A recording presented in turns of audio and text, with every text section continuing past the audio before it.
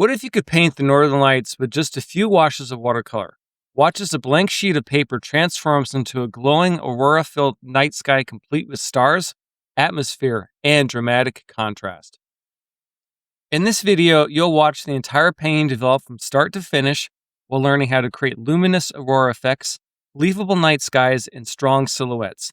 Pay special attention to how the values are built gradually.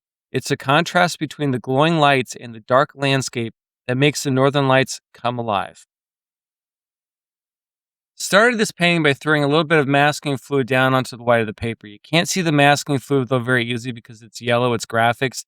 That's going to protect the white of the paper. That's going to be where our stars are. Then what I did is I came in here with some strong green color and I put the green down first.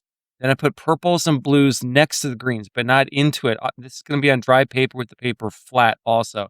And then you slowly build it up. You put the green first, the blues next to it, purples next to that. And then while the entire paper is still wet, using a bigger brush, a squirrel mop brush, throw the darker colors into the sky. You don't want to get too many hard edges on this. So you're going to go light to dark. You got to get some relatively darks into there.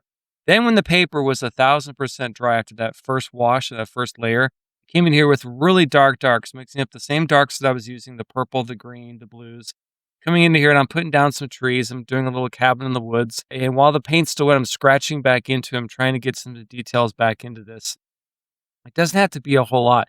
With trees too, just make sure that you're not doing regular patterns, that they're not all 2 inches apart, because that's not how nature works. You have to kind of keep it just crazy. Like that's how the wilderness works. And then I tape this off. I'm peeling off the tape to see if I like this or not. You've got to get the masking fluid off too. Once the masking fluid's dry, you can just use your fingers and just rub that off. And the secret to painting the Aurora Borealis isn't complicated detail. It's controlling values and preserving light.